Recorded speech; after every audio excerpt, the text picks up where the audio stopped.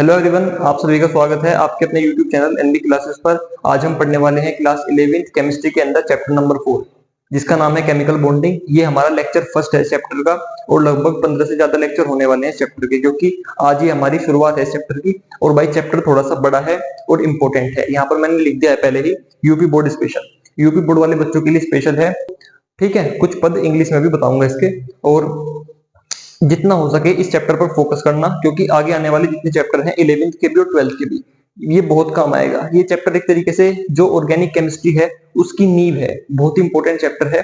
और वीडियो को स्टार्ट करने से पहले आपसे कहना चाहूंगा कि भाई अगर वीडियो अच्छी लगे तो उसको लाइक कर दिया करो, और अगर आपने अभी तक चैनल को सब्सक्राइब नहीं किया है तो उसको सब्सक्राइब कर लीजिए, ताकि आपको चैनल की जो एडवांस इन्फॉर्मेशन है वो पहले से ही मिल जाए। और कोई भी डाउट हो तो आप उसको कमेंट में पूछ सकते हो, क्योंकि देखिए एक वीडियो को बनाने के लिए बहुत ज्यादा टाइम देना पड़ता है। और मैं भी एक स्टूडेंट हूँ खुद, और मैं अपना स्टडी से टाइम थोड़ा निकाल करके यहाँ पर देता हूँ, ताकि जो भी छोटे भाई बहन है सबकी मदद हो सके, सबको कॉन्सेप्ट समझ में आ सके, ठीक है। तो आइए अपनी वीडियो स्टार्ट करते हैं आज की। तो हमारा ये न्यू चैप्टर है आज का।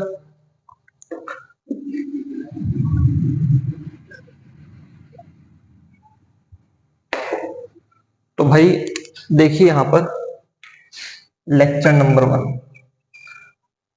तो यहाँ पर हमें सबसे पहले पढ़ना है संयोजी इलेक्ट्रॉन। संयोजी इलेक्ट्रॉन के बारे में हमें यहाँ पर सबसे पहले पढ़ना होगा। इनको हम एक और नाम से जानते हैं संयोजकता इलेक्ट्रॉन। इनको हम संयोजकता इलेक्ट्रॉन के नाम से भी जानते हैं, ठीक है। और इंग्लिश में बोलते हैं इनको वैलेंस इलेक्ट्रॉन। तो देखिए क्या होते हैं वो हमें देखना होगा। तो देखिए जैसे हमारे पास सोडियम है, सोडियम का एटॉमिक नंबर कितना होता है 11। इसका अगर हम इलेक्ट्रॉनिक विन्यास करें तो होगा 1s2 2s2 2p6 3s1, ये होगा। चलिए अब देखिए हर एटम की अपनी एक आउटर मोस्ट सेल होती है। मैंने आपको पहले भी बताया है कि हर एटम की अपनी एक आउटर मोस्ट सेल होती है, और उस सेल के जितने भी इलेक्ट्रॉन है सबको हम क्या कहते हैं, संयोजी इलेक्ट्रॉन कहते हैं। जैसे सोडियम है और ये सोडियम का इलेक्ट्रॉनिक विन्यास है, तो इसके अंदर 3 सेल हैं। एक तो ये पहले वाली, एक है दूसरी वाली, एक है तीसरे वाली। तो ये जो तीसरी सेल है, इस तीसरी सेल के अंदर जितने भी इलेक्ट्रॉन है, एक इलेक्ट्रॉन है, तो ये क्या है हमारा संयोजी इलेक्ट्रॉन है। क्या है भाई, संयोजी इलेक्ट्रॉन है, संयोजी इलेक्ट्रॉन है, ठीक है। ऐसे ही अगर हम और एटम का एग्जांपल लें, जैसे हमारे पास मैग्नीशियम हो गया, जिसका एटॉमिक नंबर 12 होता है। इसका अगर हम कॉन्फ़िगरेशन करें तो 1s2 2s2 2p6 3s2 ये होगा। चलो अब इसमें देखो कि आउटर मोस्ट सेल कौन सी है। तो ये पहली हो गई, ये दूसरी हो गई, ये हमारी तीसरी हो गई। क्या हो गई, तीसरी। ये आउटर मोस्ट है तो इसके अंदर ये 2 इलेक्ट्रॉन है, ये 2 इलेक्ट्रॉन हमारे क्या होंगे, संयोजी इलेक्ट्रॉन होंगे, ठीक है।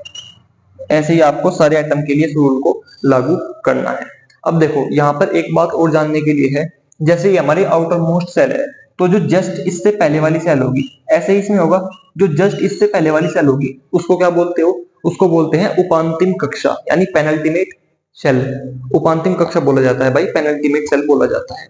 क्योंकि ये क्वेश्चन भी कभी कभी ऑब्जेक्टिव में आपसे पूछा जा सकता है, किसी भी कॉम्पिटिटिव एग्जाम में या यूपी बोर्ड के अंदर ही। तो संयोजी इलेक्ट्रॉन क्या होते हैं ये आपको क्लियर हो गया होगा। अगर कोई भी डेफिनेशन पूछे तो किसी भी परमाणु की बाह्यतम कक्षा के सभी इलेक्ट्रॉनों को हम क्या बोलते हैं, संयोजी इलेक्ट्रॉन बोलते हैं, ठीक है। चलो अब हम देखने वाले हैं यहां पर कि परमाणु, ये हमारा सेकंड टॉपिक है, परमाणु संयोग क्यों करते हैं, परमाणु संयोग क्यों करते हैं। तो ये सवाल का उत्तर जानने के लिए ही हम इस चैप्टर को पढ़ते हैं भाई। दरअसल ये जो क्वेश्चन है ना, इस क्वेश्चन का आंसर जानने के लिए ही ये चैप्टर पढ़ाया जाता है, ठीक है। तो देखो जैसे यहाँ पर संयोग को हिंदी में क्या बोलते हैं, सॉरी इंग्लिश में कॉम्बिनेशन। जैसे NaCl का एक मॉलिक्यूल है हमारे पास H2O का मॉलिक्यूल होता है, हमारे पास ग्लूकोज मॉलिक्यूल होता है C6H12O6, हमारे पास मैग्नीशियम हाइड्रोक्साइड का मॉलिक्यूल है। इस तरीके से ये सब क्या है, मॉलिक्यूल है। तो यहाँ पर आप देख रहे होंगे कि जैसे मॉलिक्यूल है, इस मॉलिक्यूल में एक सोडियम का एटम है, एक ये क्लोरीन का एटम है, यहाँ पर 2 हाइड्रोजन के एटम है, एक ऑक्सीजन का एटम है, यहाँ पर 6 कार्बन एटम है, 12 हाइड्रोजन एटम है, 6 ऑक्सीजन एटम है, यहाँ पर एक मैग्नीशियम का एटम है, ये OH है, यहाँ पर ऑक्सीजन और हाइड्रोजन के एटम। तो ये आपस में क्यों कंबाइन है, NaCl में Na और Cl आपस में क्यों कंबाइन है, H2O में हाइड्रोजन ऑक्सीजन आपस में क्यों कंबाइन है, इसका उत्तर जानने के लिए ही केमिकल बॉन्डिंग चैप्टर पढ़ाया जाता है। तो देखो इसका आंसर जो है मैं अब देने वाला हूं इसी टॉपिक के अंदर आपको। तो 2 साइंटिस्ट हुए हैं, क्या कहा, 2 साइंटिस्ट थे,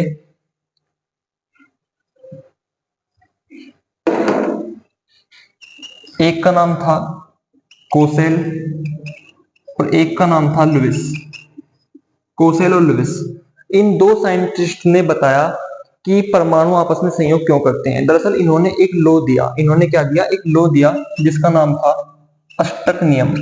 अष्टक नियम इन्होंने दिया, इसको हम इंग्लिश में ऑक्टेट रूल बोलते हैं, इंग्लिश में ज्यादा बोला जाता है ये ऑक्टेट रूल, ये TET है, ठीक है। ऑक्टेट रूल दिया और इस नियम की सहायता से इन्होंने बताया कि परमाणु आपस में संयोग क्यों करते हैं, ठीक है। तो आओ देखते हैं। देखिए कोसेल और लुइस ने काफी रिसर्च के बाद ये पता किया कि जिन एटम की आउटर मोस्ट सेल में 8 इलेक्ट्रॉन होते हैं वो क्या होते हैं, वो केमिकली स्टेबल होते हैं। कोसेल और लुइस ने बहुत ज्यादा रिसर्च के बाद ये बताया कि जिन एटम की आउटर मोस्ट सेल के अंदर 8 इलेक्ट्रॉन होते हैं वो क्या होते हैं, वो स्टेबल होते हैं। क्या होते हैं, स्टेबल होते हैं, ठीक है। जैसे हमारे पास नियोन है, आर्गन है, क्रिप्टन है, ये कुछ ऐसी गैस हैं जिनकी आउटर मोस्ट सेल के अंदर 8 इलेक्ट्रॉन है और ये देखा जाता है कि ये जो गैस होती हैं आपस में रिएक्शन नहीं करती हैं या किसी और एलिमेंट के साथ नॉर्मली रिएक्शन नहीं करती हैं। और बाद में ये भी देखा गया कि इनकी आउटर मोस्ट सेल में 8 इलेक्ट्रॉन है, तो ये मान लिया गया कोसेल और लुइस द्वारा कि इनकी आउटर मोस्ट सेल में 8 इलेक्ट्रॉन है, इसलिए ये रिएक्शन नहीं करती। मतलब इनके जो स्टेबल होने का रीजन है वो आउटर मोस्ट सेल के अंदर 8 इलेक्ट्रॉन होना है, ठीक है। तो उन्होंने कहा कि ये जो 8 इलेक्ट्रॉन वाली बात है ना भाई, कुछ गैस है हमारे पास, नियोन हो गई, आर्गन हो गई, ठीक है, neon, argon, krypton, xenon, radon, ये ऐसी गैस हैं जिनमें बात लागू होती है। बाकी किसी भी एलिमेंट की आउटर मोस्ट सेल के अंदर 8 इलेक्ट्रॉन नहीं है, ठीक है। जैसे कुछ गैस है हमारे पास, neon, argon, krypton, xenon, radon और ऑग्नेसोन, ये एलिमेंट हैं। इन एलिमेंट की आउटर मोस्ट सेल के अंदर 8 इलेक्ट्रॉन है और ये देखा जाता है कि ये एलिमेंट कहीं पर भी रिएक्शन नहीं करते हैं आपस में किसी और के साथ, मतलब ये स्टेबल है केमिकली। और ये स्टेबल क्यों है, उन्होंने इसका रीजन, लुइस ने और कोसेल ने इसका रीजन यही बताया कि इनकी आउटर मोस्ट सेल का ऑक्टेट कंप्लीट है। मतलब जब 8 इलेक्ट्रॉन पूरे हो जाते हैं तो उसको हम बोलते हैं ऑक्टेट कंप्लीट हो गया, तो इसलिए ये केमिकल स्टेबल है। चलो अब और एलिमेंट को देखा गया, तो और एलिमेंट के आउटर मोस्ट सेल के अंदर 8 इलेक्ट्रॉन नॉर्मली नहीं पाए जाते, इसलिए वो रिएक्शन करते हैं, ये सिंपल रीजन है। अब जाहिर सी बात है जिसके आउटर मोस्ट सेल के अंदर 8 इलेक्ट्रॉन नहीं होंगे वो केमिकली अनस्टेबल होगा, यानी अस्थायी होगा। तो एटम इसीलिए आपस में रिएक्शन करते हैं ताकि वो अपनी आउटर मोस्ट सेल के अंदर 8 इलेक्ट्रॉन कंप्लीट कर सकें, समझ रहे हो। एटम इसी कारण से आपस में रिएक्शन करते हैं ताकि वो अपनी आउटर मोस्ट सेल के अंदर 8 इलेक्ट्रॉन कंप्लीट कर सके और केमिकल स्टेबल हो सके। भाई स्टेबल कौन नहीं होना चाहता, आप भी चाहते हो कि आपके पास ज्यादा पैसा आ जाए और आप भी स्टेबल हो जाओ, ठीक है। तो ऐसे ही एटम भी चाहते हैं कि हमारी आउटर मोस्ट सेल के अंदर 8 इलेक्ट्रॉन आ जाए और हम भी स्टेबल हो जाएं, और इसी कारण से वो रिएक्शन करते हैं। जबकि इनकी आउटर मोस्ट सेल में 8 इलेक्ट्रॉन कंप्लीट है इसलिए रिएक्शन नहीं करते। तो ये आपको टॉपिक कंप्लीट हो गया होगा कि अष्टक नियम हमें बताता है कि परमाणु संयोग क्यों करते हैं। परमाणु संयोग क्यों करते हैं, वो इसीलिए संयोग करते हैं ताकि वो स्टेबल हो सके, ठीक है। चलो अब यहां पर नियम किसने दिया, ठीक है, नियम है क्या वो मैंने आपको बता दिया। अब मैं थोड़ा सा उसको एग्जांपल के जरिए एक्सप्लेन करता हूं। जैसे भाई NaCl है हमारे पास, क्या है NaCl, एक कंपाउंड है। अब सवाल ये है सर Na और Cl आपस में जुड़ क्यों गए, Na और Cl आपस में जुड़ क्यों गए। चलो तो अगर मैं 1% के लिए अभी Na को अलग मान लेता हूँ, Cl को अलग मान लेता हूँ, बढ़िया। Na का एटॉमिक नंबर 11 होता है और Cl का 17। Na का कॉन्फ़िगरेशन करो तो 1s2 2s2 2p6 3s1। चलो भैया क्लोरीन का करो 1s2 2s2 2p6 3s2 3p5। ठीक है, चलो अब यहां पर देखो आप कि इसके अंदर ये पहली शेल है, ये दूसरी शेल है, तीसरी शेल है। ऐसे ही क्लोरीन में पहली शेल है, ये दूसरी शेल है, तीसरी शेल है। ठीक है, अब यहाँ पर आउटर मोस्ट शेल के अंदर कितने इलेक्ट्रॉन है? एक इलेक्ट्रॉन है। कितना? एक। और यहाँ पर कितने हैं? 2 और 5 7। इस आउटर मोस्ट सेल के अंदर कितने इलेक्ट्रॉन है भाई? इसके अंदर 7 इलेक्ट्रॉन है। चलो, मतलब ना तो इसमें 8 इलेक्ट्रॉन है, ना इसमें 8 इलेक्ट्रॉन है, यानी ये भी केमिकली अनस्टेबल है और ये भी केमिकली अनस्टेबल है। अब ये क्या करेंगे कि आपस में रिएक्शन कर लेंगे और अपने आउटर मोस्ट सेल के अंदर 8 इलेक्ट्रॉन कंप्लीट कर लेंगे। बस क्या होगा? अब ये सोचो कि इसके अंदर 8 इलेक्ट्रॉन कंप्लीट कैसे हो सकते हैं? अगर मैं एक काम करूं, देखो ये बात तो खैर बाद में चैप्टर में डीप में बताऊंगा ही मैं, लेकिन फिलहाल समझ लो कि यहां से अगर ये एक इलेक्ट्रॉन को डोनेट कर दे तो ये वाली सेल खत्म, फिर ये वाली आउटर मोस्ट सेल बन जाएगी, यानी इसके अंदर 6 और 2 8 इलेक्ट्रॉन हो जाएंगे अपने आप।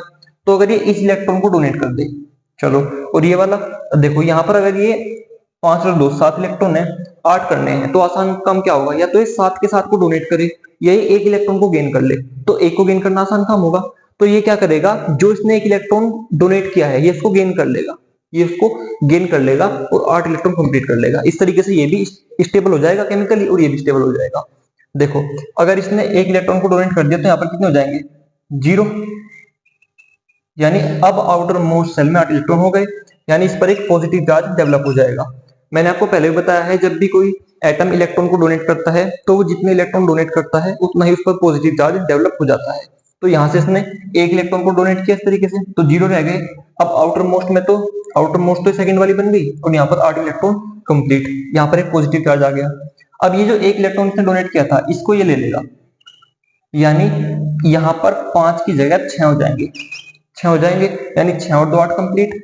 अब यहाँ पर नेगेटिव चार्ज आ जाएगा, क्योंकि जो एटम इलेक्ट्रॉन लेता है और जितने लेता है उतना इस पर नेगेटिव चार्ज आता है, यानी इसने एक माइनस ले लिया। चलो अब देखो, सोडियम पर प्लस चार्ज है और क्लोरीन पर एक माइनस का चार्ज है। अब यहाँ पर क्या होगा? प्लस और माइनस, प्लस और माइनस बच्चा बच्चा जानता है कि प्लस और माइनस आपस में अट्रैक्शन दिखाते हैं। भाई अगर प्लस प्लस के होंगे तो आपस में रिपेल करेंगे, यानी एक दूसरे को अट्रैक्ट नहीं करेंगे, रिपेल कर देंगे, प्रतिकर्षित कर देंगे। अगर माइनस माइनस होंगे तो भी आपस में रिपेल कर देंगे। लेकिन अगर प्लस माइनस दो अपोजिट चार्ज होंगे तो आपस में अट्रैक्ट करेंगे, एक दूसरे को खींचेंगे एक दूसरे की ओर। ठीक है, तो यहाँ पर इस तरीके से एक दूसरे की ओर खींच जाएंगे। ये जो मैं लाइंस बना रहा हूँ मुड़ी हुई सी, ये लाइन है खींचने वाली लाइन, मतलब NaCl को खींच रहा है और Cl Na को खींच रहा है इस तरीके से। तो इस तरीके से ये आपस में जुड़ जाएंगे और जुड़ने के बाद इस तरीके से ये मॉलिक्यूल बन जाएगा NaCl। ठीक है, इस पर यहाँ पर एक प्लस का चार्ज है Na पर और क्लोरीन पर माइनस का। तो ये रीजन होता है NaCl के बनने का। ऐसे ही बहुत सारे मॉलिक्यूल होते हैं जिनके बनने का रीजन कुछ इसी प्रकार द्वारा समझाया जाता है। ठीक है, फिलहाल यहाँ से मैंने आपको ये बताया कि जो एटम होते हैं वो आपस में रिएक्ट क्यों करते हैं, क्योंकि उनके आउटर मोस्ट सेल में 8 इलेक्ट्रॉन नहीं होते, और ऐसे इस तरीके से अगर वो आपस में रिएक्शन करेंगे तो 8 इलेक्ट्रॉन दोनों में कंप्लीट हो जाएंगे। तो यहां पर अब हम आगे देखेंगे थोड़ा सा टॉपिक। अब जो हमारा नेक्स्ट टॉपिक है वो क्या है? वो है संयोजकता यानी वैलेंसी।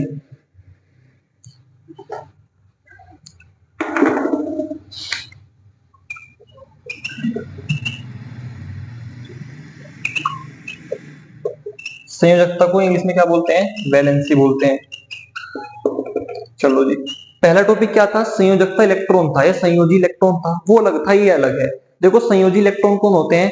एटम की आउटर मोस्ट सेल में जितने भी इलेक्ट्रॉन होंगे वो सारे संयोजी इलेक्ट्रॉन होंगे। लेकिन संयोजकता अलग चीज है, संयोजी इलेक्ट्रॉन अलग चीज है और संयोजकता अलग चीज है। देखो संयोजकता क्या है? जैसे NaCl का एग्जांपल लेते हैं। भैया जी हमारे पास NaCl है, इसका एग्जांपल लेते हैं। ठीक है, तो देखो यहाँ पर कुछ ना कुछ वैलेंसी Na की भी होगी, कुछ ना कुछ Cl की भी होगी। देखिए हर एलिमेंट की वैलेंसी होती है, हर एलिमेंट के लिए वैलेंसी डिफाइन होती है, भले वो जीरो ही क्यों ना हो। हर एलिमेंट की दुनिया में वैलेंसी है, भले वो जीरो क्यों ना हो। ठीक है, देखो वैलेंसी के बारे में दो बात ध्यान रखिए, एक तो ये हमेशा पॉजिटिव होगी, एक तो ये हमेशा पॉजिटिव होगी। चलो, नॉन फ्रैक्शन। अब नॉन फ्रैक्शन क्या चीज है? मतलब 4/5, 2/3, 1/2 इस तरीके से नहीं होगी, हमेशा एक इंटीजर होगी। क्या होगी? हमेशा एक इंटीजर होगी। लिख देता हूं, एक इंटीजर होगी। कभी हमेशा पॉजिटिव होगी, नॉन फ्रैक्शन होगी। नॉन फ्रैक्शन मतलब, नॉन फ्रैक्शन का मतलब होता है कभी भी भिन्न के रूप में नहीं होगी, इंटीजर होगी, यानी 1, 2, 3 इस तरीके से होगी। ठीक है, तो और यहाँ पर कभी भी निगेटिव नहीं होगी भाई, कभी भी निगेटिव नहीं होगी। तो इस तरीके से ये 4 बातें आपको वैलेंसी के बारे में ध्यान रखना है। और जीरो हो सकती है, जीरो हो सकती है, जीरो भी हो सकती है वैलेंसी। चलो, तो अब NaCl है। अब NaCl जो है, इसमें Na की भी कुछ ना कुछ वैलेंसी होगी, मान लो V1 है, और Cl की भी कुछ ना कुछ वैलेंसी होगी, मान लो V2 है। ठीक है, चलो जी, Na की भी कुछ ना कुछ वैलेंसी होगी, मान लो V1। ठीक है, और Cl की भी कुछ ना कुछ वैलेंसी होगी, मान लो V2। लेकिन वैलेंसी है क्या? बेसिकली वैलेंसी की डेफिनेशन क्या है? देखो, कोई भी एलिमेंट किसी दूसरे एलिमेंट, या फिर हम कहें कोई भी एटम किसी दूसरे एटम से रिएक्शन करने के लिए जितने भी इलेक्ट्रॉन का यूज करता है, जितने भी इलेक्ट्रॉन की शेयरिंग करता है उसके साथ, या जितने भी इलेक्ट्रॉन का उसको डोनेट करता है, जितने भी इलेक्ट्रॉन उससे गेन करता है, वही क्या उसकी वैलेंसी है। समझ गए हो?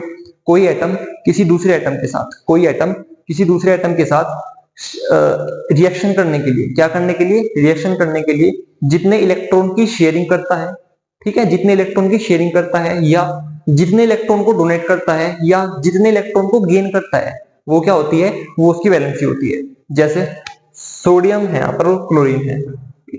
ठीक है, लेकिन जब ये दोनों आपस में मिल गए तो NaCl बना दिया दोनों ने मिलकर के। ठीक है, तो क्या हुआ? सोडियम ने क्लोरीन को एक इलेक्ट्रॉन डोनेट करा, और क्लोरीन ने वो एक इलेक्ट्रॉन इससे गेन करा। तो इसने जितने इलेक्ट्रॉन डोनेट करे वही क्या होगी?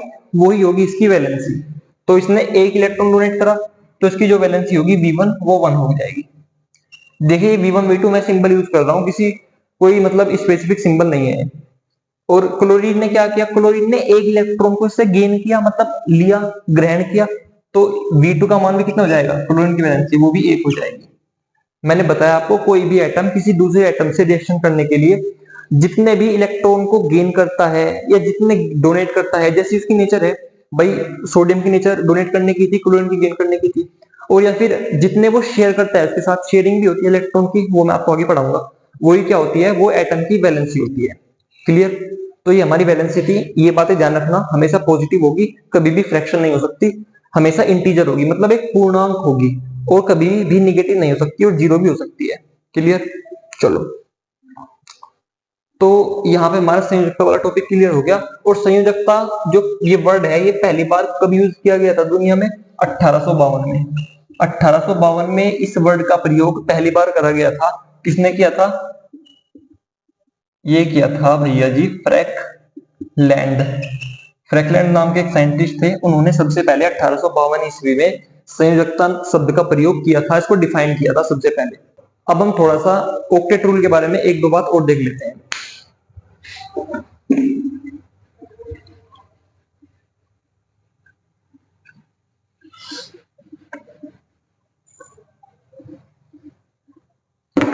लोग देखिए थोड़ा सा, कुछ एलिमेंट लिखवा रहा हूं। हीलियम हो गया, हाइड्रोजन हो गया, लिथियम हो गया, बेरिलियम हो गया, और भैया बोरोन हो गया। इन एलिमेंट के नाम को नोट कर लो। क्या कर लो? इन एलिमेंट के नाम को नोट कर लो। क्यों? तो देखिए, ये एलिमेंट के एटॉमिक नंबर होते हैं 1 2 3 4 5। स्टार्टिंग के 5 एलिमेंट भैया, स्टार्टिंग के 5 एलिमेंट नोट फॉलो। इंग्लिश की ग्रामर पे मत जाइएगा, नोट फॉलो ऑक्टेट रूल लिख दो। Hydrogen, helium, lithium, beryllium, boron not follow octet rule. ये जो एलिमेंट है ऑक्टेट रूल को फॉलो नहीं करते।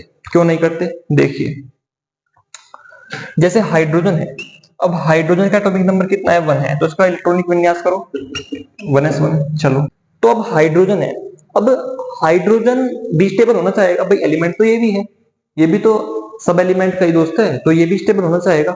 तो स्टेबल होने के लिए इसे क्या करना पड़ेगा? अकॉर्डिंग टू ऑक्टेट रूल, इसे अपनी आउटर मोस्ट सेल में 8 इलेक्ट्रॉन कंप्लीट करने पड़ेंगे। चलो, तो सबसे पहली बात तो ये, इसके पास केवल 1s ही होता है ये, और 1s में मैक्सिमम इलेक्ट्रॉन, यानी इसके पास ये एक ही सेल है, और इस एक सेल में मैक्सिमम कितने इलेक्ट्रॉन आ सकते हैं? 2 इलेक्ट्रॉन, 2। यानी इसके ऊपर तो वो रूल लगता ही नहीं भाई। जब ये 8 इलेक्ट्रॉन इसके पास गेन करने की अक्षमता ही नहीं है, कैपेसिटी नहीं है, तो ये स्टेबल 8 इलेक्ट्रॉन से हो ही नहीं पाएगा। इसको तो आप कहीं से एक इलेक्ट्रॉन दे दो और ये स्टेबल, मतलब इसका तो 1s1 से 1s2 बना दो और ये एकदम स्टेबल हो जाएगा। ठीक है, तो ये ऑक्टेट रूल को फॉलो नहीं करता है। यही चक्कर हीलियम भैया के साथ है। ठीक है, यही चक्कर हीलियम भैया के साथ है, यही चक्कर लिथियम भैया के साथ भी है, यही चक्कर लिथियम भैया के साथ है। क्यों है समझो। हीलियम का कॉन्फ़िगरेशन होता है 1s2। चलो, जाहिर सी बात है इसमें तो आगे और सेल्स ही नहीं है, केवल 1s ही है, और 1s में भी मैक्सिमम 2 इलेक्ट्रॉन आ सकते हैं और वो उसके पास कंप्लीट है, यानी ये तो अपने आप स्टेबल है, तो ये भी फॉलो नहीं करेगा। तो ना तो ये ऑक्टेट रूल को फॉलो करेगा ना ये फॉलो करेगा। तो इस तरीके से हाइड्रोजन और हीलियम ऑक्टेट रूल को फॉलो नहीं करते, और ऐसे ही चक्कर कुछ इन एलिमेंट के साथ भी है।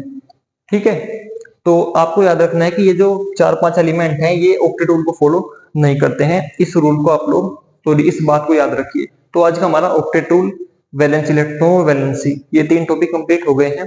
और अब हम यहाँ पर नेक्स्ट वाली क्लास से पढ़ने वाले हैं बॉन्ड के बारे में। किसके बारे में? बॉन्ड के बारे में। जो चैप्टर के नाम में एक वर्ड आया है बॉन्डिंग, वही वो कहां से बना है? वो बॉन्ड से बना है। देखो, चैप्टर का नाम क्या है? Chemical bonding. बॉन्डिंग, तो इसमें से आईएनजी हटा दो और बॉन्ड, कल हम बॉन्ड के बारे में पढ़ेंगे। बॉन्ड बहुत इंपॉर्टेंट वर्ड है। अब यहीं से चैप्टर की शुरुआत होगी। आज हमारा सारा बेसिक हो गया, नेक्स्ट वीडियो से हम बॉन्ड पढ़ने वाले हैं। तो भाई अगर वीडियो अच्छी लगी हो तो उसको लाइक कर देना, और कोई भी डाउट हो आपको उसको बेझिझक आप लोग कमेंट बॉक्स में लिख सकते हो, ताकि वहां पर मैं उसका आंसर दे सकूं। इसी चैप्टर से रिलेटेड नहीं, पूरी केमिस्ट्री में 11वीं की अगर आपको कहीं से भी कोई भी डाउट हो, या फिर जो प्रीवियस आप पढ़ के आए हो 10th में 9th में, कोई भी किसी भी प्रकार की क्वेरी हो केमिस्ट्री में, उसको आप पूछ सकते हो कमेंट बॉक्स में। और इस चैनल को शेयर कीजिए ताकि आपके दोस्तों की भी हेल्प हो सके और वो भी अच्छे से पढ़ सके। और चैनल को सब्सक्राइब कीजिए ताकि आने वाली वीडियो का नोटिफिकेशन आपको मिल जाए। धन्यवाद।